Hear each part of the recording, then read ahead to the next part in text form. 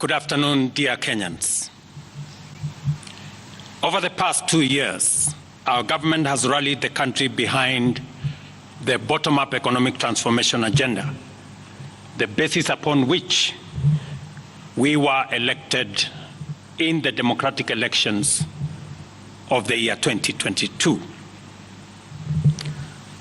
We have achieved significant progress in increasing food production by reducing the cost of farm inputs, thereby lowering the cost of food and lowering the cost of living. We have stabilized the economy by preventing what was an imminent debt default.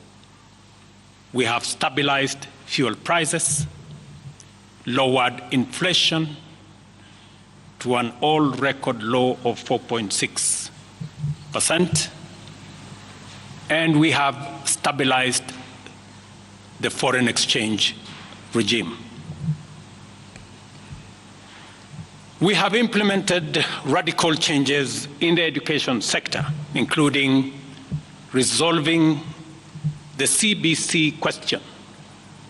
We have rolled out a new student-focused higher education funding model that has special emphasis on making sure that children from vulnerable families have the requisite support in their education. We have also improved the student-teacher ratio in both our primary and secondary schools by hiring an additional 56,000 teachers and also hiring an additional 2,000 tutors for our TVET institutions. We have equally resolved bottlenecks in cash transfer program to vulnerable Kenyans, including orphans, people living with disability, and the elderly. We have not only brought on board more beneficiaries, but in keeping with the promise that we made, it is now not the case, as it was in the past, that these vulnerable Kenyans have to wait for months. Now their stipends are paid as salaries of public servants are being paid. We did roll out the Hustler Fund that today benefits 2 million Kenyans. And we have 7 million Kenyans who had been denied access to financial services by credit reference bureaus.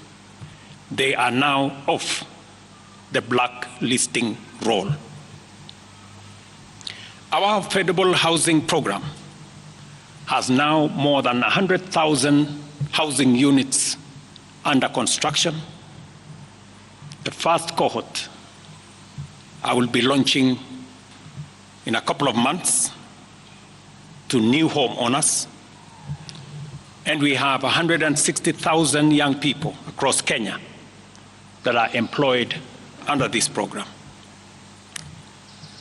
To expand manufacturing, value addition, and agro-processing as a key contributor to job creation, 18 county aggregation and industrial parks and 6 new special economic zones are under construction across Kenya. And at the same time, we have 200 fresh produce markets that are at various stages of construction to support our farmers with access to markets for their produce, in keeping with the commitment we made to our mama mbogas. To accelerate manufacturing, last year we imposed levies on importation of clinker that can be manufactured in Kenya. We made a saving of Kenya shillings 20 billion in foreign exchange as imports of clinker dropped to almost zero. We also imposed levies on imported steel billets. And today, we have 11 steel factories that 6 years ago were closed. They have started operation, hiring 16,000 Kenyans, and last year alone, we saved 120 billion shillings in foreign exchange as a result of this intervention.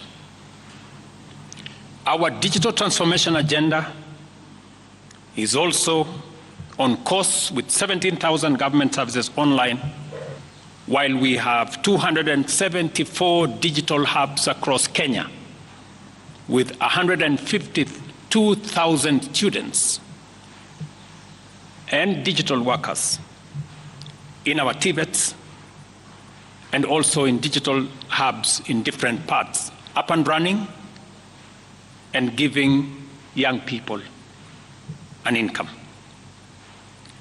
Our universal health coverage plan has already onboarded 107 community health promoters, and the process of registration for our social health insurance fund is ongoing, on its way to launch on the new date of 1st of October 2024 that will make it possible for every Kenyan to have a health insurance, and for those suffering from critical illnesses to have access to the critical illness fund, making it possible for every Kenyan to have access to treatment without the burden of having to fund it. On the measures I announced last week, barring state and public officers from engaging in harambes, I want to inform the country that the public fundraising appeals bill is now ready for publication tomorrow.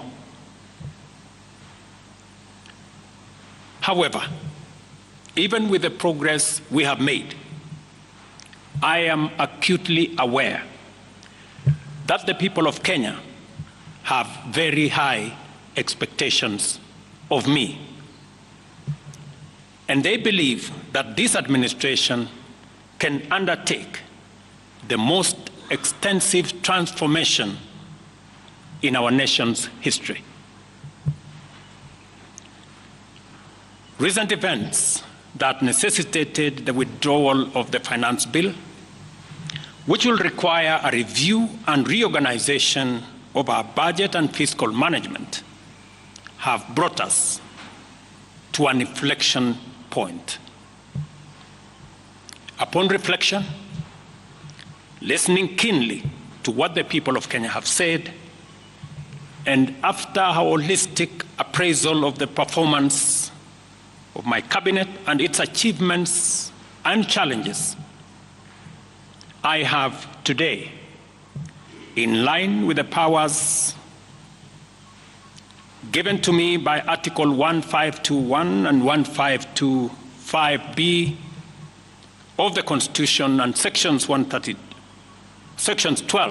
of the Office of the Attorney General's Act, decided to dismiss with immediate effect all the cabinet secretaries and Attorney General of the Republic of Kenya, of the Cabinet of Kenya, except the Prime Cabinet Secretary and Cabinet Secretary for